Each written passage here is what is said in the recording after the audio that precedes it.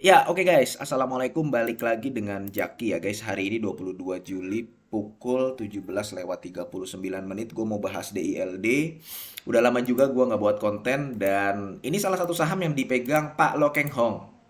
Saham yang dipegang Pak Lo Keng Hong itu terkadang, kenapa sih? Jadi pertanyaan kita ya. Kenapa sih dia megang saham ini? Oke lah, ada beberapa yang cocok. Kayak mungkin Pegas. Kemudian ANJT. ANJT juga nggak banyak itu yang menyadari waktu di harga 680-an, di bawah 700 itu. Waktu gua beberapa kali bahas ya. Sekarang gua udah nggak bahas karena sahamnya udah naik tinggi. Ngapain bahas saham yang udah naik tinggi? Tapi berapa banyak orang yang nonton video ini yang punya BMTR, yang punya DILD. Nah, sekarang gua mau bahas DILD. DILD ya, kalau kalau dilihat dari dia udah lebih rendah daripada harga Covid. Ya, harga Covid masih di angka 150-an, bahkan di atas 200 ya. Ini di harga Covid. Kemudian udah lebih rendah daripada waktu market crash setelah libur Lebaran. Ya, dibilang lebih rendah, sorry, gue koreksi, bukan lebih rendah sih, tapi masih belum naik tinggi dari waktu market crash setelah libur Lebaran pada saat Donald Trump menaikkan tarif, merilis tarif untuk berbagai macam negara. Nah, si DILD ini ya, dia masih punya 2000 hektar. 2000 hektar. 2000 hektar, sekarang market cap-nya adalah 1,7 T. Andai kata 2000 hektar ini hitung-hitungan orang awam ya, dijual dengan harga 1 juta per meter, maka dia paling tidak bisa mendapatkan 21 T. Ini hitung-hitungan orang awam, tapi tidak sesederhana itu bisnis properti. Ya. DILD ini memiliki beberapa properti tanah, ada yang dikembangkan, ada yang tidak dikembang, ada yang belum dikembangkan. Yang sudah dikembangkan itu ada sekitar 170-an, 190 hektar yang dikembangkan, yang sudah. Yang belum, yang belum itu masih ada 1900-an. Total 2000 hektaran. Ketika si perusahaan ingin mengembangkan tanah, maka dia harus paling tidak mengeluarkan dana. Dananya dapat dari mana? Dapat dari, ya minjem bank. Paling gampang minjem bank. Kalau kalau Intiland Development kan gak kayak perusahaan-perusahaan yang suka right issue, jarang ya. Ngambil duit dari investor, investor existing enggak. Ya dia pinjem bank. Makanya dalam beberapa tahun ke belakang, ya hutang bank dari Intiland Development ini, terutama hutang jangka pendeknya itu gede. Bisa 6, hutang jangka pendeknya itu bisa 6 triliun. Nah, ini 6,4 triliun, 6,1 triliun. Baru mulai mengecil, ya, baru mulai mengecil saat ini. 4,7 triliun, ini hutang jangka pendeknya 4,1, 3,5 triliun. Oh, dulu hutang jangka pendeknya, hutang bank jangka pendeknya ini bisa di angka 1,6 T, guys. 1,6 T. Kemudian 1,2, 1 T, di sini 800 miliar. Ya. Kalau lu lihat dari arus kasnya di kuartal 1 2025 itu positif. Nah, dulu waktu tahun 2022 setelah booming komoditas, ya, banyak yang memprediksi bahwa properti akan booming, tapi gue adalah salah satu orang yang sangat pesimis properti akan booming. Kenapa? Suku bunga tinggi. Coba lu lihat datanya BI Rate. Dari yang tadinya 2022, bulan April masih di angka 3%, 3% naik jadi 4%, jadi 5% dan sebagainya. Ya kalau misalkan seperti itu, ya orang mikir-mikir lah untuk KPR gitu ya.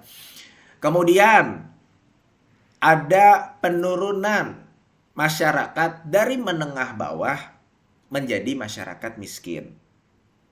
Ya, pekerjaan susah, susah mencari kerja, tidak ada pendapatan. Gimana orang mau beli rumah atau properti? Kemudian, judi online. Judi online, ya karena tadi ada penurunan ya, semakin banyak masyarakat yang susah mencari kerja, banyak orang miskin gitu ya, berharap menjadi kaya dengan berjudi. Bukannya tambah kaya, malah tambah miskin.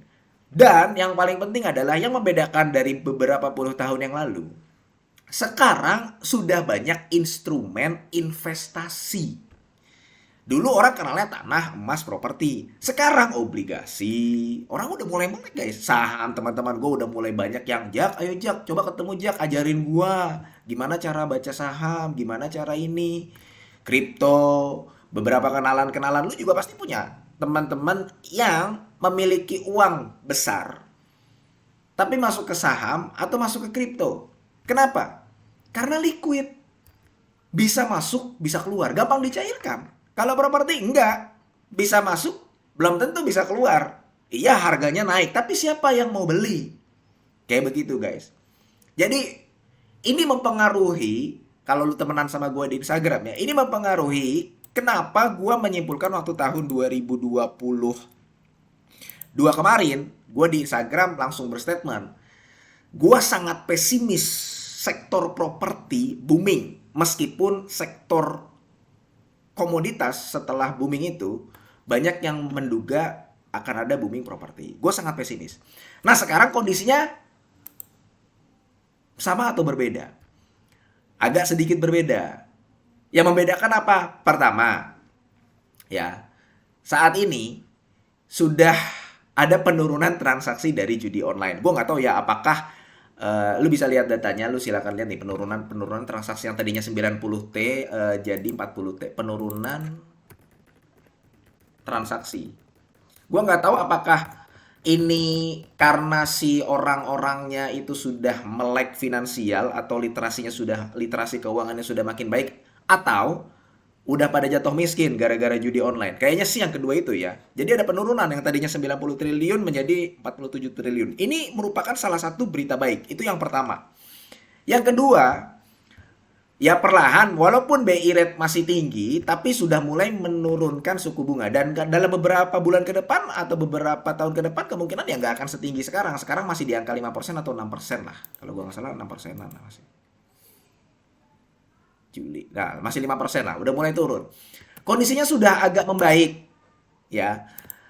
Nah, berbeda dari beberapa tahun belakangan seperti yang tadi gue bilang tahun 2022. Harapannya dengan ada perbaikan kondisi seperti ini, meskipun kita masih merasakan ya nyari duit udah mulai susah, banyak pengangguran, banyak PHK, tapi paling tidak ada dua berita baik tadi.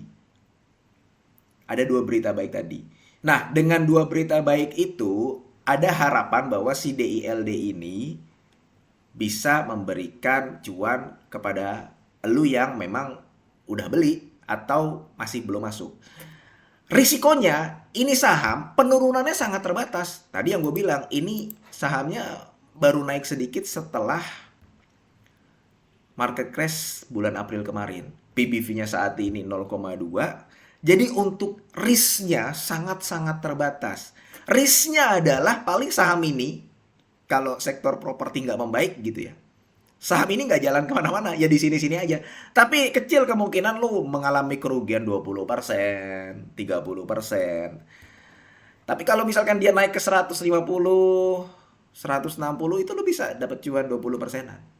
Kayak begitu guys. Jadi ada peluang di DILD ini.